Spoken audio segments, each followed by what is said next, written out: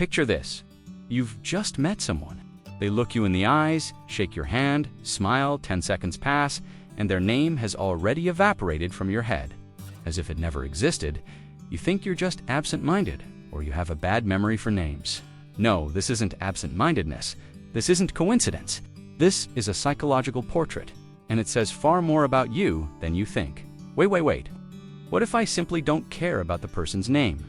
I wasn't planning to remember it in the first place, and there's nothing wrong with that. If I need this person again, I'll just ask their name again. I'll agree, there's that percentage. And I can already see them in the comments. But what if we set that answer aside and look at this from a different angle?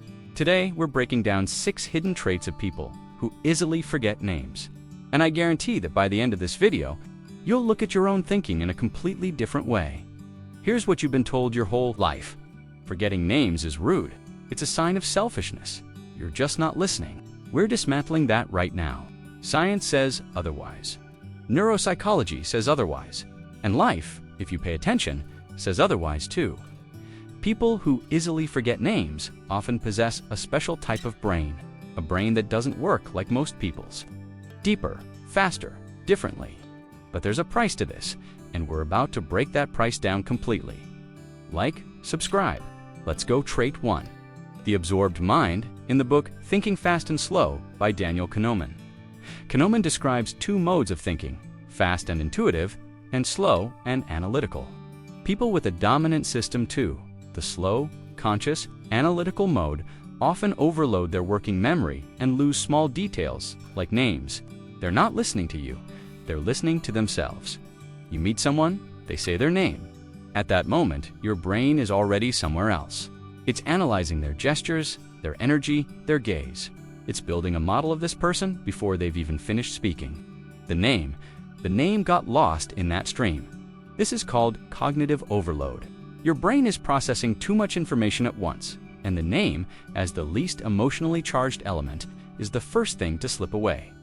This isn't selfishness. This is a trait of a highly active analytical mind. Such people are often brilliant observers. They notice what others miss, but they pay for it with forgotten names and lost keys. The question isn't whether you're listening.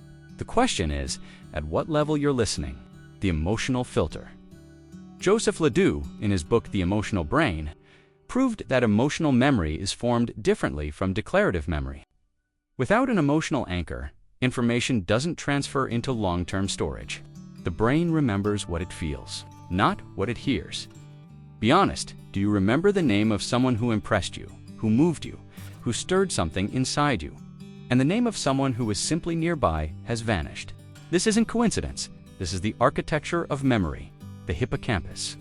The memory center of your brain works in tandem with the amygdala, the emotional center. If emotions aren't activated, information doesn't stick. A neutral person, a neutral moment, a neutral memory. People who forget names often live in a very rich emotional world on the inside. On the outside, calm. On the inside, a storm. And that storm consumes everything superficial. A name without emotion is a sound, just a sound. Trait 3. Visual thinking. Oliver Sacks, in his book The Mind's Eye, explores people with various types of visual perception and shows how different modes of processing information form completely. Different cognitive profiles. They think in images, and a name is just a word. There are people who think in words, and there are those who think in images. For a visual thinker, a name is an abstraction, an empty sound with no picture, no shape, no color. But a face is data. It's a story. It's a living object that the brain instantly scans and stores. These people will remember your face in a crowd a year later, but not your name. This isn't disrespect. It's a different language of perception. Artists, architects, designers, directors among them, there are disproportionately many who forget names because their brains are optimized for a different type of information. They see the world differently. Literally. Trait for Wandering Presence. In the book Wandering Minds by Michael Corballis. The phenomenon of the wandering mind and its role in creativity and planning is explored, explaining why distractedness is an evolutionary advantage, not a weakness. The body is here, the mind is already somewhere else. Have you ever talked to someone and felt that they weren't really there? They're looking at you, They're nodding, but they're absent. This isn't rudeness. This is the wandering mind. And it's one of the most underrated traits of the modern person. Harvard research showed that people spend nearly 47% of their time thinking about things unrelated to what's happening right now. Almost half of life spent somewhere else. And in that somewhere else, your name doesn't exist. But here's what matters. The wandering mind isn't a defect. It's the engine of creativity, planning, problem solving. The default mode network, that's what generates ideas while you're silent. The price of this gift is presence, or rather its absence, and your name becomes a casualty of someone else's creative process. Trait 5. A deep interest in essence. Susan Cain, in her book Quiet, The Power of Introverts, describes how introverts and deep thinkers focus on the meaningful content of an interaction rather than its social formalities, which includes remembering names. What matters to them is who you are, not what you're called. Here's the paradox. People who forget names are often the most curious conversationalists. They want to know you for real. They're interested in what you think about death, about money, about why you do what you do. A name is a label, and they don't collect labels, they collect people. This is called interest in essence, rather than attributes. Psychologists connect this to a high score in openness to experience one of the big 5 personality traits. Such people see through the surface. They look for depth. And while you're saying your name, they're already reading your soul. The name will come later, or it won't, but you will remain. Trait 6. High cognitive load as the default state. In the book, Your Brain at Work, David Rock explains the limitations of the prefrontal cortex and working memory.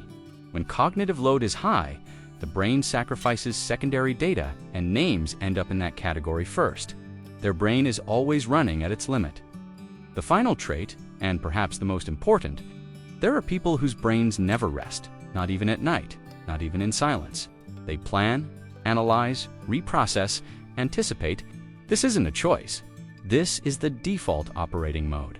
The working memory of such people is constantly occupied. It's like a browser with 100 open tabs. And when new information arrives, say, someone's name, the system simply doesn't have the resources to process and store it. This isn't laziness. This is the overload of a system that's working too hard. Such people often achieve a great deal. They think faster, see further, feel more sharply. But they forget names, and where they left their phone, and what they wanted to say 3 seconds ago. This isn't a bug. It's the flip side of a powerful processor. You've been listening to all of this, and something inside was recognizing itself. Maybe you've been angry at yourself for years, thinking something was wrong with you, that you were inattentive, cold, selfish. Stop. You're not cold. You're different. Your brain operates in a mode that most people don't understand, because most people don't look this deep. And yes, it creates awkwardness. It creates moments where you blush because you've forgotten a name again. But behind that awkwardness is a gift. The gift of depth, the gift of vision, the gift of real presence where it truly matters. The question isn't how to remember a name. The question is how to accept yourself as you are and learn to work with that, not against it. 6 traits, 6 portraits of one type of mind. Absorbed, emotional, visual, wandering, deep, overloaded. This isn't a list of flaws, it's a map of your inner world. And you know what? The people who changed this world, scientists, artists, philosophers, creators, most of them forgot names because they were busy with something else. They were building on the inside what would later become something on the outside. So the next time you forget someone's name, don't punish yourself. Just remember, a brain that forgets names often remembers what truly matters.